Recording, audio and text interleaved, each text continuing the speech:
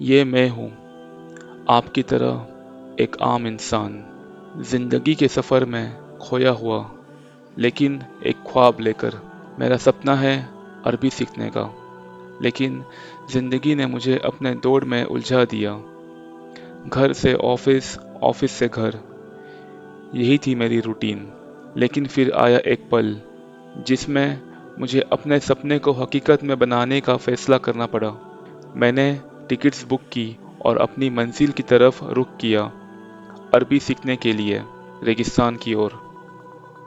मेरे साथ थी मेरी किताब, मदीना बुक्स।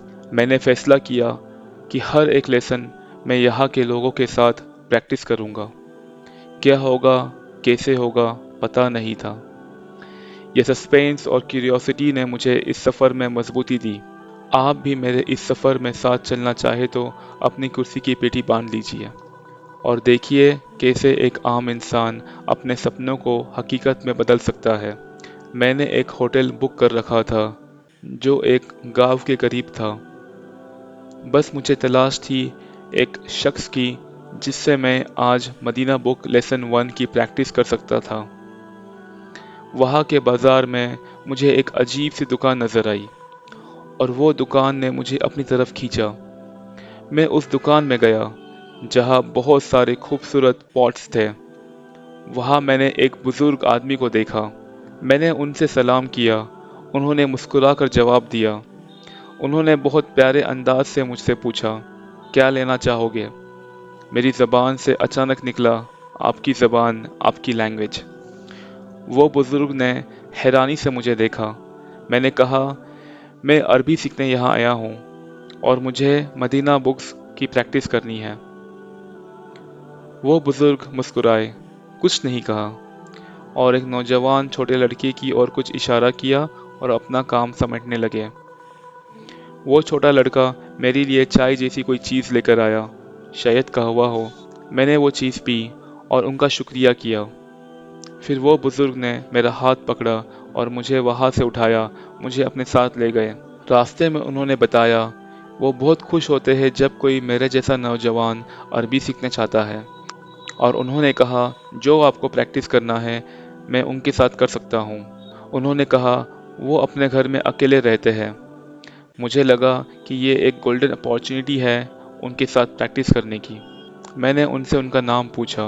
वो मुस्कुराकर बोले, मूसा। बातों बातों में हम उनके घर पहुंच चुके थे। उनका घर मिट्टी का बना हुआ था, लेकिन उसमें एक अलग ही खूबसूरती थी। मैंने हौसला बढ़ाते हुए अपने लेसन 1 की प्रैक्टिस शुरू की। मैंने पूछा, माँ हाजा। मुझे पता था कि माँ हाजा का मतलब होता है ये क्या है। जब कोई चीज़ करीब होती हो तो हम उसे हाजा कहकर रेफर करते हैं। माँ यानी क्या, माँ हाजा यानी ये क्या है। बुजुर्ग ने घर की तरफ इशारा किया और कहा, हाजा बैतुन। मैं समझ गया, हाजा बैतुन मतलब है यह घर है। जब हम अंदर जा रहे थे मैंने एक बहुत बड़ा और खूबसूरत दरवाज़ा देखा। मैंने फिर से पूछा, मा हाजा। उन्होंने कहा, हाजा बाबुन, यानी ये दरवाज़ा है। मैं बहुत खुश था क्योंकि अब मैं अपनी अरबिक लेसन 1 की प्रैक्टिस शुरू कर चुका था। जब हम अंदर गए मैंने एक मिस्टीरियस टेबल देखा जिसमें एक किताब, पेन और एक चाबी रखी हुई थी। मैंने पूछा, मा हाजा। उन्होंने कहा, हाजा मकतबुन व हाजा किताबुन व हाजा कलमुन व हाजा मिफ्ताहुन। मैं समझ गया कि ये लोग टेबल को मकतबुन कहते हैं और किताब को किताब और कलम को कलम जैसे हम कहते हैं, और चाबी को मिफ्ताहुन कहते हैं, मिफ्ताहुन। फिर हम उनके कमरे में गए जहाँ एक बेड, चेयर और एक बिल्ली थी। बुजुर्ग ने मेरे पूछने के पहले ही कहा, हाजा सरीरुन व हाजा कुर्सीयुन व हाजा कित्तुन। मैं समझ गया, सरीरुन यानी बेड और बिल्ली को ये लोग कित्तुन कहते हैं, और चेयर को ये सब अरबी में हमारी तरह कुर्सी ही कहते हैं। बातचीत करते करते शाम हो चुकी थी, लेकिन मैंने आज बहुत कुछ सीखा और लेसन वन का रिवीजन भी हो गया था। मैंने बुजुर्ग का शुक्रिया किया और उनके घर से निकलने की इजाज़त ली। मैं उनके घर से बाहर आया, जहाँ एक बहुत बड़ी खूबसूरत मस्जिद थी। मगरिब का वक्त हो चुका था। मैंने नमाज पढ़ी और वहाँ ईशा तक इंतज़ार किया। ईशा पढ़ के मैं अपने होटल वापस आ गया।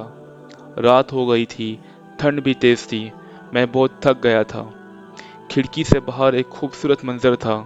इंशाअल्लाह कल सुबह मिलेंगे इसी रेगिस्तान की गलियों में, आगे की किताब का रिवीजन करते हुए। उस वक्त तक के लिए अस्सलामु अलैकुम।